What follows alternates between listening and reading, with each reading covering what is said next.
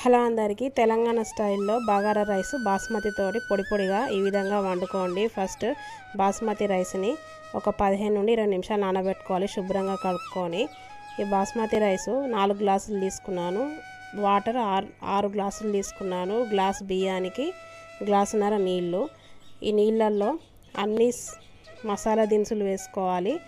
తర్వాత పుదీనా వేసుకోవాలి, అల్లం వెల్లుల్లి పేస్ట్ వేసుకోవాలి. తర్వాత తగినంత ఉప్పు వేసుకోవాలి, పచ్చిమిర్చి, నిమ్మరసం వేసుకోవాలి. తర్వాత వంట నూనె వేసుకొని నీళ్ళు మరిగించుకోవాలి.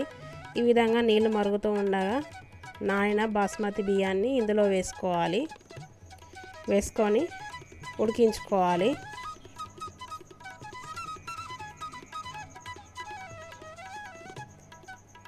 గ్లాస్ బియ్యానికి గ్లాసున్నర నీళ్ళు పోసుకోండి.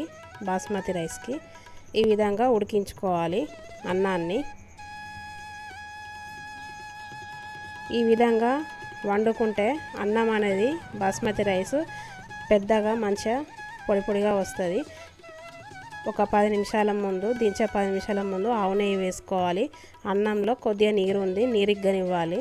స్టవ్ చిన్నగా పెట్టుకొని నీరిగ్గాలి. ఈ విధంగా మొత్తం నీరు